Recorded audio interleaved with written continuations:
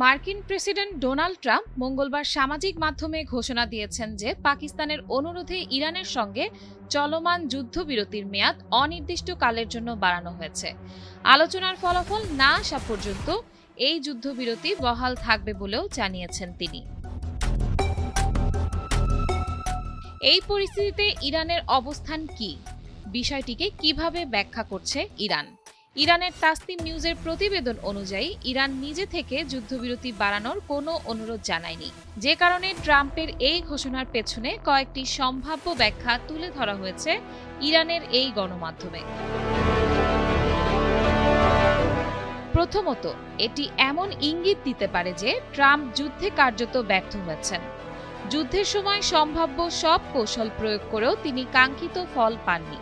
তাই যুদ্ধ চালিয়ে যাওয়ার চেয়ে সরে আসাকেই তিনি নিজের জন্য সবচেয়ে সুবিধাজনক পথ হিসেবে দেখেছেন।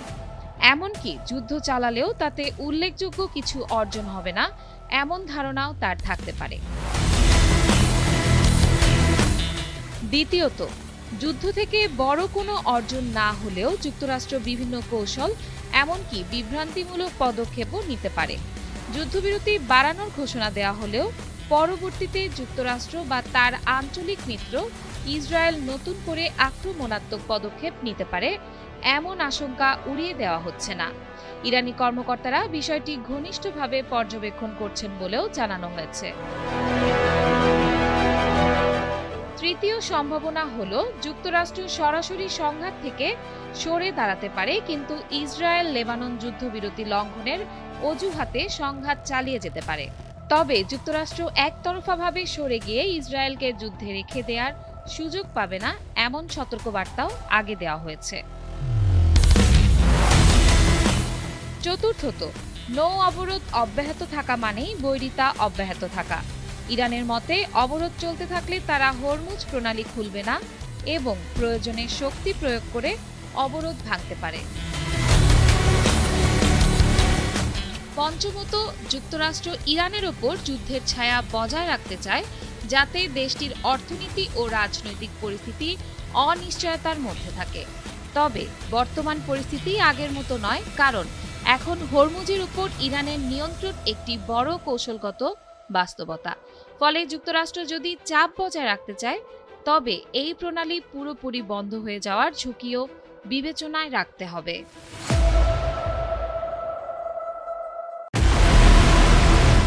মার্কিন প্রেসিডেন্ট ডোনাল্ড ট্রাম্প ইরানের সঙ্গে চলমান যুদ্ধবিরতির মেয়াদ অনির্দিষ্টকালের জন্য বাড়ানোর ঘোষণা দিয়েছেন। তিনি জানিয়েছেন, তেহরানের পক্ষ থেকে একটি ঐক্যবদ্ধ প্রস্তাব না আসা পর্যন্ত যুক্তরাষ্ট্র সরাসরি সামরিক হামলা চালাবে না। তবে একই সঙ্গে ইরানের বন্দরে নৌ অবরোধ অব্যাহত থাকবে বলে নির্দেশ দিয়েছেন তিনি। মঙ্গলবার সামাজিক যোগাযোগ মাধ্যমে দেয়া এক বার্তায় ট্রাম্প বলেন, পাকিস্তানের অনুরোধে এই সিদ্ধান্ত নেওয়া হয়েছে। তার ভাষ্য অনুযায়ী ইরান সরকার অভ্যন্তরীণভাবে বিভক্ত, যার কারণে আলোচনায় অগ্রগতি হচ্ছে না। এই প্রেক্ষাপটে পাকিস্তানের ফিল্ড মার্শাল আসিম মুনির ও প্রধানমন্ত্রী শেহবাজ শরীফের আহ্বানে যুক্তরাষ্ট্র সাময়িকভাবে হামলা স্থগিত রেখেছে।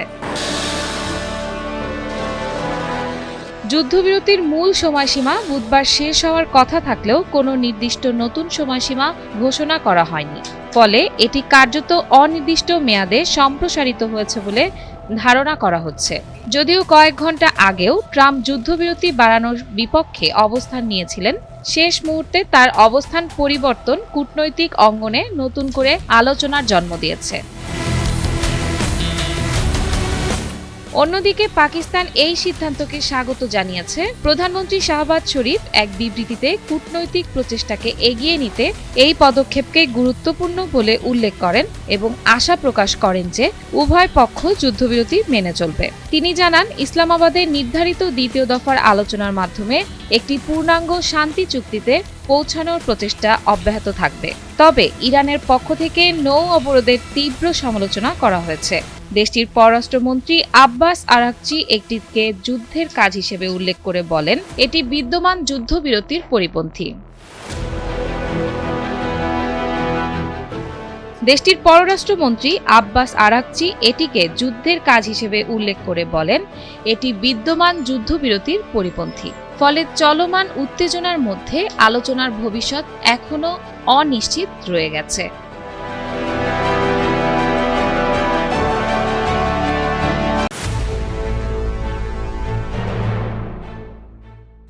22 এপ্রিল ওমানের মুসাদ্দাম থেকে ধারণ করা রয়টার্সের এক ভিডিওতে হরমুজ প্রণালীর আশেপাশের সমুদ্রে একাধিক জাহাজ চলাচল করতে দেখা গেছে। ওই এলাকায় সাম্প্রতিক উত্তেজনা ও সংঘাতের প্রেক্ষাপটে নৌপথে চলাচল ও নিরাপত্তা পরিস্থিতি নিয়ে আন্তর্জাতিক পর্যায়ে উদ্বেগ বাড়ছে। যুক্তরাষ্ট্র, ইসরায়েল ও ইরানের যুদ্ধের কারণে বৈশ্বিক তেল ও গ্যাস সরবরাহের ইতিহাসের সবচেয়ে বড় বিঘ্ন ঘটেছে। হরমুজ প্রণালীর মাধ্যমে নৌযান চলাচল ইরানের বাধার কারণে স্বাভাবিকভাবে ব্যাহত হচ্ছে।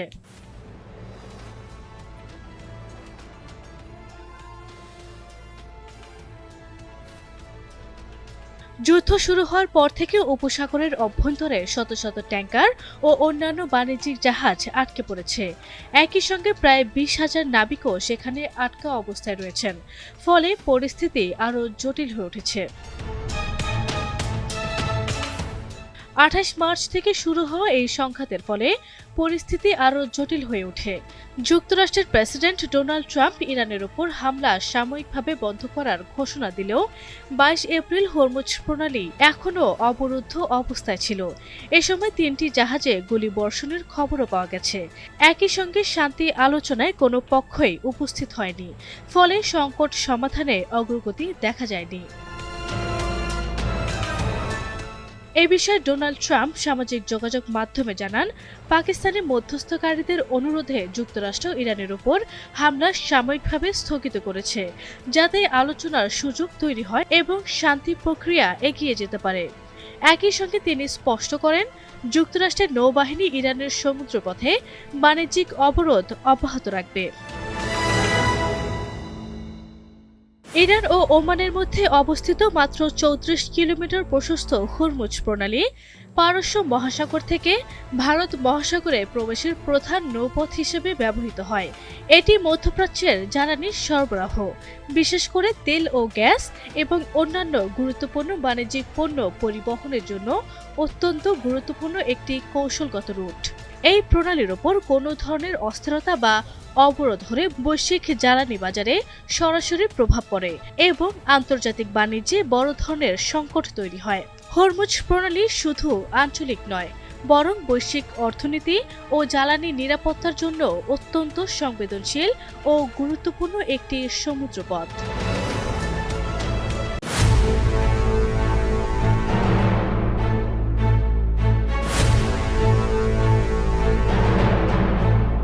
যুক্তরাষ্ট্র ও ইরানের মধ্যে চলমান চরম উত্তেজনার মুখে যুদ্ধবিরতির মেয়াদ বৃদ্ধিতে গুরুত্বপূর্ণ ভূমিকা পালন করছে পাকিস্তান। ইসলামাবাদের পক্ষ থেকে উভয় পক্ষকে স্পষ্ট হুঁশিয়ারি দিয়ে জানানো হয়েছে, আলোচনার টেবিলে না বসলে যুদ্ধই একমাত্র বিকল্প হিসেবে রয়ে যাবে।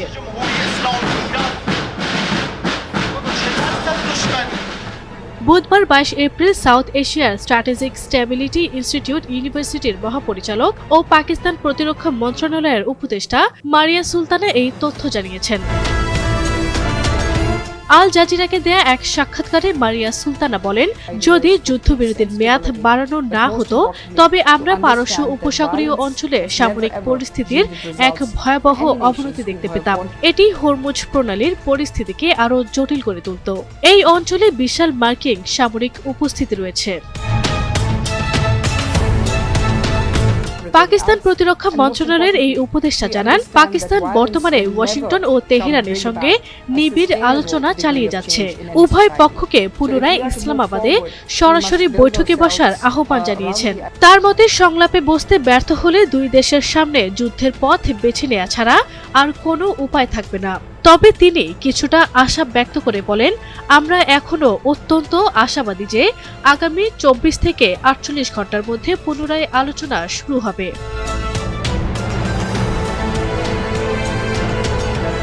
মারিয়া সুলতানের মতে, উভয় পক্ষই বর্তমানে পরিস্থিতির গুরুত্ব বুঝতে পারছেন। তিনি সতর্ক করে বলেন, তারা জানে যে যুদ্ধের পরবর্তী ধাপের পরিণতি হবে আরও ভয়াবহ।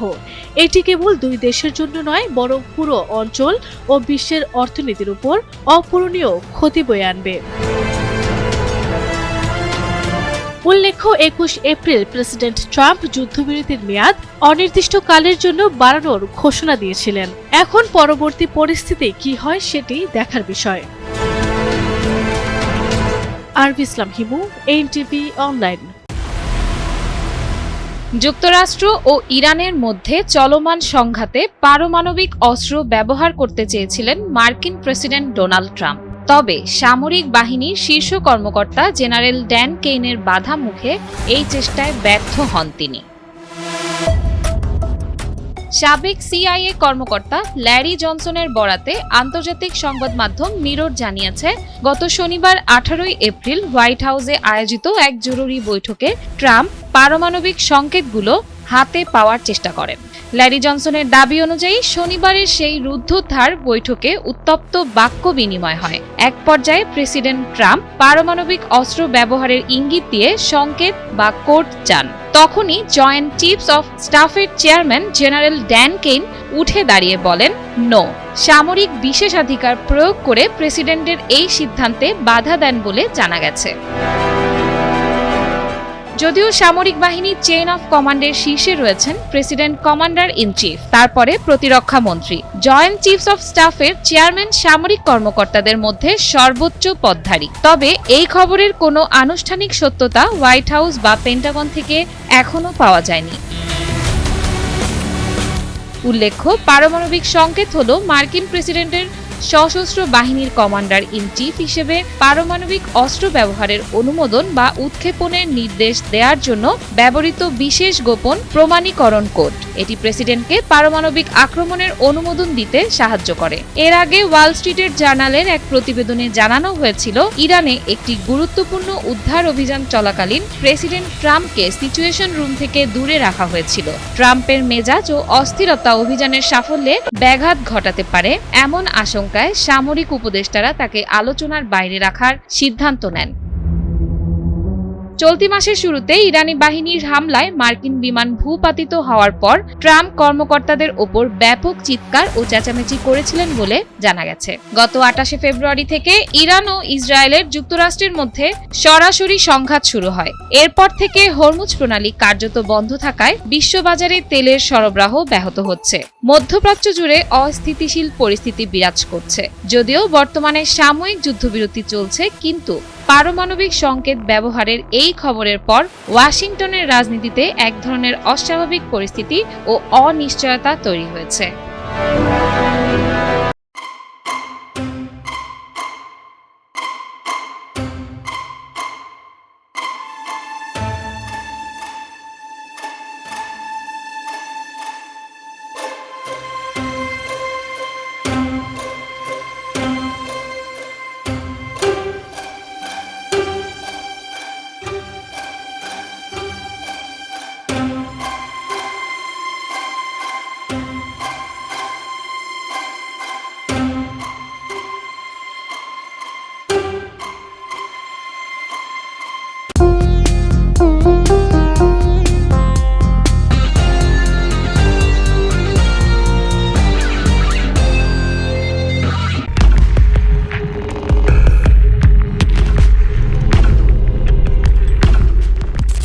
ওয়াশিংটনের হোয়াইট হাউসে ডোনাল্ড ট্রাম্প হাসছেন। তিনি লেবানন ও ইসরায়েলের মধ্যে 10 দিনের যুদ্ধবিরতি ঘোষণা করেছেন।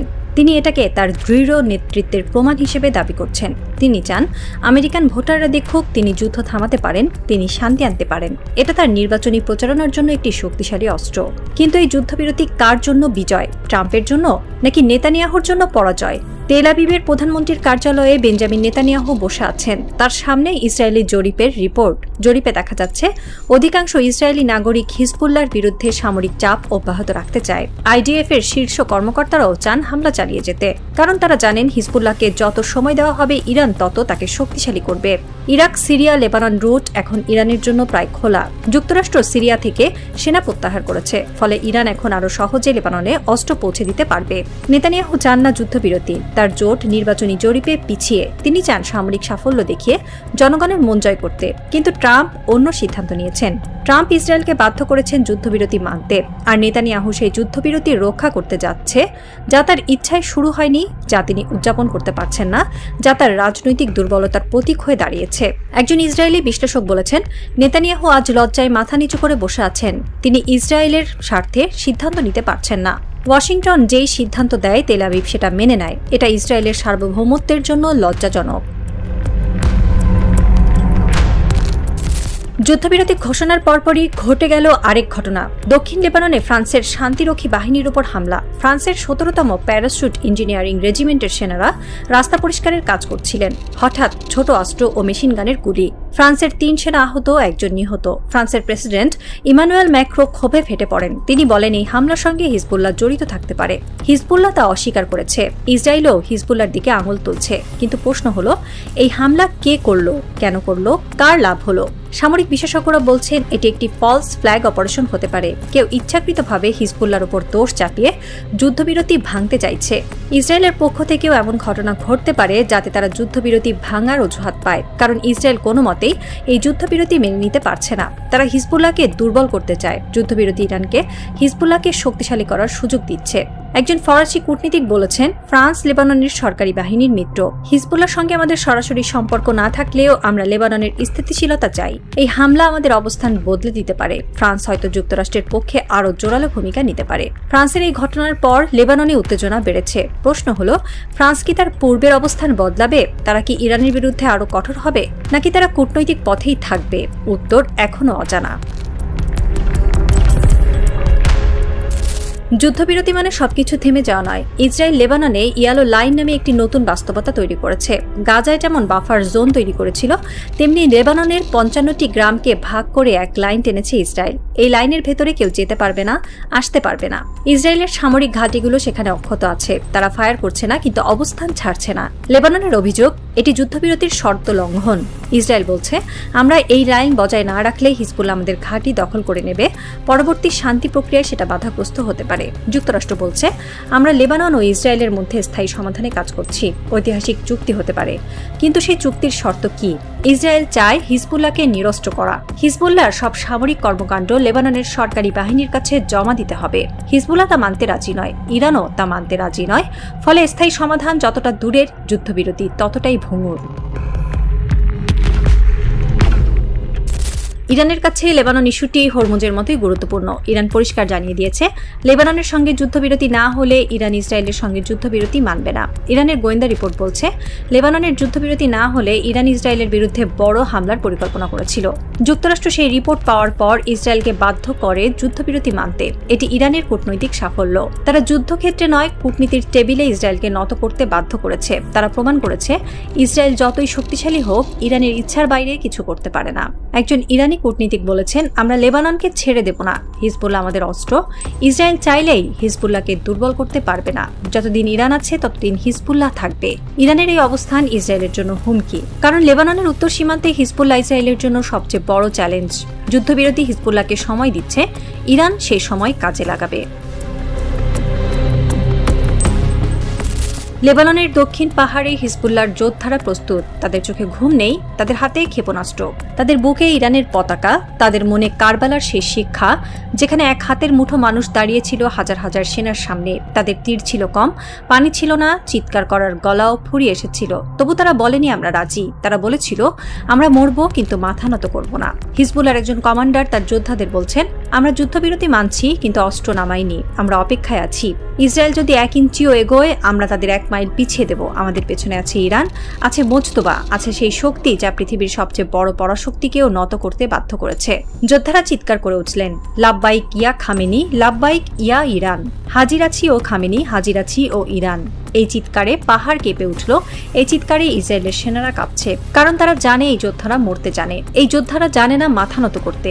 এই যোদ্ধাদের পেছনে আছে ইরানের মতো এক মহাশক্তি।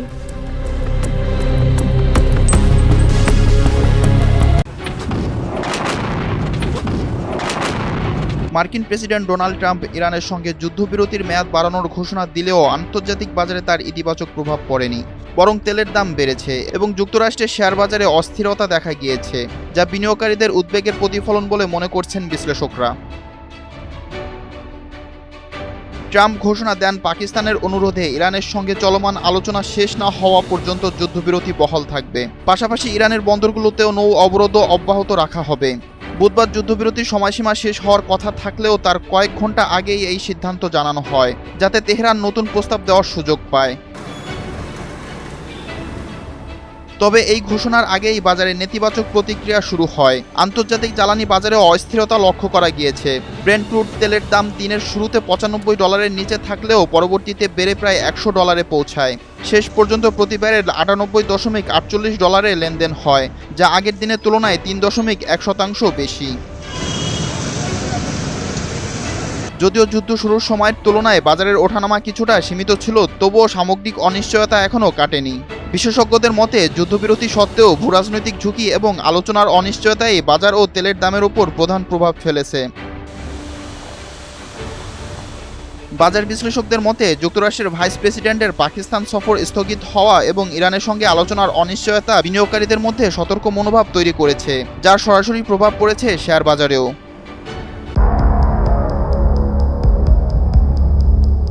মধ্যপ্রাচ্যের উত্তপ্ত আকাশের নিচে আরব সাগরের ঢেউ পেরিয়ে এক বাংলাদেশি জাহাজ দাঁড়িয়ে আছে অপেক্ষায়। নাম তার বাংলার জয়যাত্রা। নামের মতোই যাত্রা হওয়ার কথা ছিল দীর্ঘ, ব্যস্ত আর গুরুত্বপূর্ণ। কিন্তু সেই যাত্রা থেমে গেছে এক অদৃশ্য দেয়ালে, হরমুজ প্রণালীর মুখে। এই প্রণালী শুধু একটি জলপথ নয়, বরং বিশ্ব বাণিজ্যের অন্যতম গুরুত্বপূর্ণ ধমনী। বিশ্বের বিপুল পরিমাণ জ্বালানি তেল এই সরু পথ দিয়ে যাতায়াত করে, আর এখন সেই পথের নিয়ন্ত্রণ শক্ত হাতে ধরে রেখেছে ইরান। ঘটনার শুরুটা সাম্প্রতিক যুদ্ধকে ঘিরে। যুক্তরাষ্ট্র ও ইসরায়েলের সঙ্গে সংঘাতের পর মধ্যপ্রাচ্যের পরিস্থিতি হঠাৎ করেই বদলে যায়। নিরাপত্তার অজুহাতে হরমুজ প্রণালীতে কড়াকড়ি আরোপ করে ইরান। ফলে যে কোনো জাহাজকে এই পথ পার হতে হলে ইরানের অনুমতি লাগছে, আর সেখানেই আটকে গেছে বাংলার জয়যাত্রা। ৩৭,০০০ টন সার বোঝাই এই জাহাজটির গন্তব্য ছিল দক্ষিণ আফ্রিকার কেপটাউন ও ডারবান। কিন্তু এখন এটি সংযুক্ত আরব আমিরাতের কাছাকাছি সমুদ্রে নোঙর করে আছে। ২ দফা চেষ্টা করেও হরমুজ প্রণালী পার হওয়ার অনুমতি পায়নি জাহাজটি। ইরানি নৌবাহিনী স্পষ্ট জানিয়ে দিয়েছে, অনুমতি ছাড়া কোনো অগ্রগতি সম্ভব নয়। বাংলাদেশ শিপিং কর্পোরেশনের মালিকানাধীন এই জাহাজটি একটি বিদেশি প্রতিষ্ঠানের মাধ্যমে পরিচালিত হলেও এর নাবিকরা সবাই বাংলাদেশি। তাদের প্রতিদিন কাটছে অনিশ্চয়তায়। কখন অনুমতি মিলবে, আদৌ মিলবে কিনা, এই প্রশ্নই এখন সবচেয়ে বড়। তবে শুধু নিরাপত্তা বা যুদ্ধ পরিস্থিতিই নয়, এর পেছনে রয়েছে কূটনৈতিক টানাপোড়েনও। ঢাকার কূটনৈতিক মহলে এখন যে ব্যাখ্যাটি বেশি শোনা যাচ্ছে তা হল বাংলাদেশ সরকারের কিছু সাম্প্রতিক অবস্থান ইরানকে ক্ষুব্ধ করেছে। যুদ্ধের পর বাংলাদেশ যে বিবৃতি দিয়েছিল, সেখানে ইরানের পাল্টা হামলার সমালোচনা করা হলেও যুক্তরাষ্ট্র বা ইসরায়েলের নাম উল্লেখ করা হয়নি। পরে আরেকটি সংক্ষিপ্ত বিবৃতিতে ইরানের সর্বোচ্চ ধর্মীয় নেতা আয়াতুল্লাহ আলী খামেনির মৃত্যুর ঘটনায় শোক জানানো হলেও সেটিকে যথেষ্ট মনে করেনি তেহরান। ইরানের দৃষ্টিতে বাংলাদেশ স্পষ্টভাবে তাদের পক্ষে অবস্থান নেয়নি, বরং একটি দ্ব্যর্থক অবস্থান নিয়েছে। আর সেই অসন্তোষই এখন বাস্তব প্রভাব ফেলছে সমুদ্রপথে। ঢাকায় নিযুক্ত ইরানের রাষ্ট্রদূত প্রকাশ্যে এই অসন্তোষের কথা জানিয়েছেন। তিনি বলেছেন, বাংলাদেশের বিবৃতি ইরানের প্রত্যাশা পূরণ করতে পারেনি। এমনকি খামেনির মৃত্যুর পর দূতাবাসে শোক বইতে বাংলাদেশের পক্ষ থেকে কেউ স্বাক্ষর না করায় ক্ষোভ আরও বেড়েছে। এদিকে বাংলাদেশ সরকার বিষয়টি সমাধানে কূটনৈতিকভাবে সক্রিয়। পররাষ্ট্রমন্ত্রী ইতিমধ্যেই ইরানের উপপররাষ্ট্রমন্ত্রীর সঙ্গে বৈঠক করে জাহাজটির নিরাপদ যাত্রা নিশ্চিত করার অনুরোধ জানিয়েছেন। একাধিক পর্যায়ে যোগাযোগ চলছে এবং আশাবাদ ব্যক্ত করা হচ্ছে যে দ্রুত সমাধান মিলতে পারে। কিন্তু বাস্তবতা হল, হরমুজ প্রণালী এখন শুধু একটি বাণিজ্যিক পথ নয়, বরং এটি কৌশলগত অস্ত্র। ইরান চাইলে এই পথ নিয়ন্ত্রণ করে বিশ্ব অর্থনীতিতে চাপ সৃষ্টি করতে পারে। আর সেই চাপের ছোট একটি প্রতিফলন দেখা যাচ্ছে বাংলার জয়যাত্রার ঘটনাতে। এই ঘটনায় শুধু একটি জাহাজ নয়, বরং একটি বড় প্রশ্ন সামনে এসেছে: বাংলাদেশের পররাষ্ট্রনীতি কতটা ভারসাম্যপূর্ণ? আন্তর্জাতিক সংকটে অবস্থান নেওয়ার সময় কিভাবে নিজেদের স্বার্থ রক্ষা করা উচিত? সাবেক কূটনীতিকরা বলছেন, পররাষ্ট্রনীতিতে ধারাবাহিকতা ও নৈতিক অবস্থান খুব গুরুত্বপূর্ণ। কোনো সংঘাতে নিরপেক্ষ থাকতে হলে সেটি স্পষ্টভাবে প্রকাশ করাও জরুরি। না হলে ভুল বার্তা যেতে পারে, যা পরবর্তীতে কূটনৈতিক সম্পর্ককে প্রভাবিত করে। এই পরিস্থিতিতে বাংলার জয়যাত্রার কাহিনী দেখিয়ে দিচ্ছে বিশ্ব রাজনীতির ঢেউ কত সহজেই একটি দেশের বাণিজ্য, অর্থনীতি, এমনকি কূটনীতিক সম্পর্ককে নাড়িয়ে দিতে পারে। তাই সমুদ্রের মাঝখানে দাঁড়িয়ে থাকা জাহাজটির এই অপেক্ষা কেবল অনুমতির জন্য নয়, বরং দুই দেশের মধ্যে বোঝাপড়ার নতুন পথ খোলার জন্যও।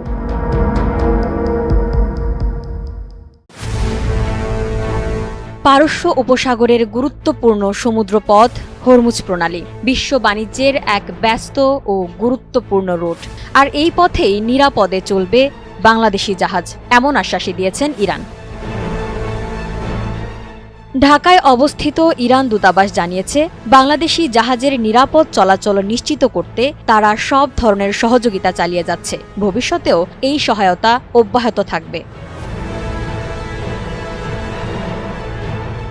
দূতাবাসের বিবৃতিতে বলা হয়, পারস্য উপসাগর ও আরব সাগরকে যুক্ত করা এই কৌশলগত পথ দিয়ে বাংলাদেশি জাহাজের যাতায়াত সহজ করতে ইরান আন্তরিকভাবে কাজ করছে। শুধু তাই নয়, পুরো অঞ্চলে স্থিতিশীলতা বজায় রাখা এবং আন্তর্জাতিক বাণিজ্য নির্বিঘ্ন রাখার বিষয়েও তারা গুরুত্ব দিচ্ছে। এ সময় বাংলাদেশ ও ইরানের দীর্ঘদিনের বন্ধুত্বপূর্ণ সম্পর্কের কথাও তুলে ধরা হয়। বলা হয়, পারস্পরিক শ্রদ্ধা, ভ্রাতৃত্ব ও অভিন্ন মূল্যবোধের ভিত্তিতেই গড়ে উঠেছে এই সম্পর্ক। সম্প্রতি তুরস্কে অনুষ্ঠিত আন্তালিয়া ফোরামের সাইডলাইনে দুই দেশের উচ্চ পর্যায়ের বৈঠককেও ইতিবাচক হিসেবে দেখছে ইরান। তাদের মতে, এমন যোগাযোগ দুই দেশের সম্পর্ককে আরও শক্তিশালী করবে। মধ্যপ্রাচ্য ইস্যুতে বাংলাদেশের ভারসাম্যপূর্ণ অবস্থানেরও প্রশংসা করেছে ইরান, যা আঞ্চলিক শান্তি ও স্থিতিশীলতার জন্য গুরুত্বপূর্ণ বলে মনে করছে দেশটি। সব মিলিয়ে কৌশলগত এই সমুদ্র পথে বাংলাদেশি জাহাজ চলাচল নিয়ে ইরানের এমন বার্তাতে অবশেষে স্বস্তি পেল বাংলাদেশ।